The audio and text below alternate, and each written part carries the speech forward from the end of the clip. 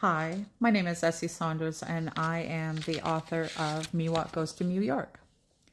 I thought I would try out one of the new filters here, so I'm wearing the filter Remember Me. It actually is quite lovely, so whoever made it, thank you. Makes me look very smashing.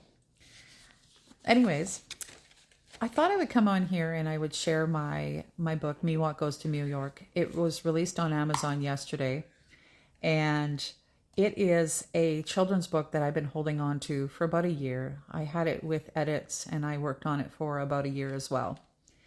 And I kept fixing it and changing it until I got it just right. And so yesterday was its go live day, and it reached number 36 on children's books. And of course, as books do on Amazon, if you're not constantly promoting them, they're falling, by the wayside, piled on top by a lot of low content books or books that are, books that are just replacing it. So without further ado, I wanted to talk about, I printed it off, but it's on the Kindle ebook version on Amazon. And it is entitled, once again, Mewok Goes to New York, and I am its author, Essie Saunders. This book is dedicated to all the people who wish their pets could talk, but especially to Lightning Legs, Hollywood, Smellin', and Alice. Love, Grandma, and Mewok. Hi, my name is Mewok. Like one of those small furry creatures from your parents' favorite movie, but with the letter M slapped in front of it. No dice? Oh, go on. I'll wait while you ask your parents what an Ewok is. Back so soon? Why do you look so worried? I'm not that bad, I swear. Oops, I'll tell the truth. I said stinking biscuit a few months ago, and Grandma Paws made me clean out the litter box for a week. Well, I suppose you're wondering about all these boxes below. They're mine. Well, at least I think they are. My family decided to move to a small coastal town on the way to the surfing capital of Canada. I wasn't jazzed about the move at first. I heard it rains for days. Plus, I miss Smellin' and Alice. They're my boys. But you go where your family goes, right? I also wasn't looking forward to having my cat treats sailing the sea of brown squares. Not to mention my favorite toy, the feathered fun, is missing somewhere among them. Maybe you can help me spot the box that has it in it. Ah, look over there! See those gorgeous girls hauling stuff into the house with Mom and Dad? Those are my human siblings, Lightning Legs and Hollywood. They're smart, kind, and generous First Nations girls, and I am the luckiest cat alive because they love me a lot. Well, sometimes I consider it lucky. The first time Lightning Legs got her hands on me, she picked me straight off the ground and smooched me within an inch of my life. Can you imagine getting smothered by human lips? Ugh! My hair was out of place for days. The rest is okay, I guess. I do enjoy the lap cuddles and the head scratches. I purr loudly to show them just how much they mean to me. Lightning Legs loves to run and dance. She has long, dark brown hair that's fun to paw while she's sleeping. Hollywood and I watch Korean dramas together, take pictures of totem poles, and sing. Well, she sings and I yowl. I'm pretty sure we're going to be famous. Maybe we'll even meet BTS, the fabulous, fantastic, sensational, splendiferous South Korean boy band. Hello, BTS Army. My usual sleeping spot is with my girls, and on our first night in this dreadfully wet town, I tried to organize our new room as best as I could for optimal cuddles. That is until Grandma Paws came at me hissing and spitting and kicked me out of the box marked clothes. She was concerned I didn't have good intentions toward it, whatever that's supposed to mean. Probably has something to do, though, with the proper cat stuff Grandma Paws is trying to teach me, like checking in every room to see if someone needs a lap kitty. But what if I don't want to be a proper cat? What if my little paw desires to terrorize hostile houseplants, leap out at people, and perch on Dad's shoulder like a mountain climber? What if I just want to be me? I suppose what I'm learning isn't all bad, though.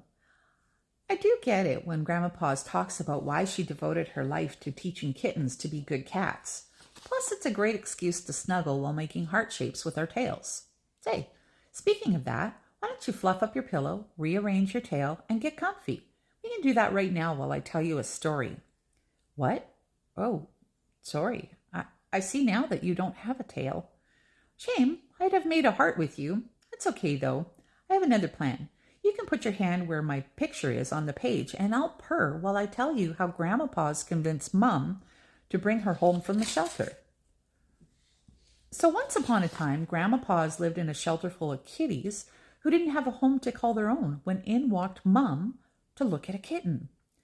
Instead of turning on the charm to get Mum to notice her, Grandma Paws paced her cage like a feisty cat ninja.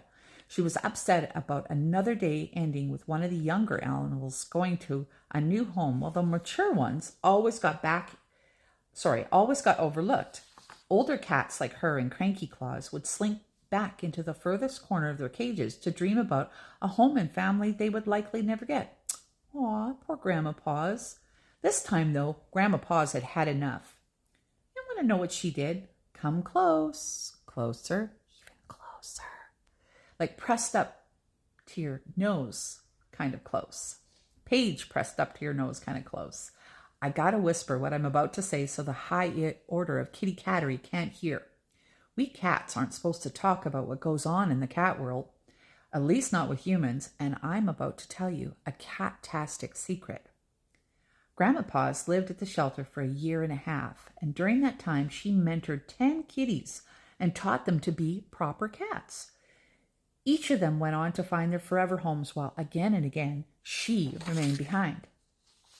So when Mum walked in and asked to see the kittens, Grandma Paws was sick and tired of it, and she did something drastic and very out of character.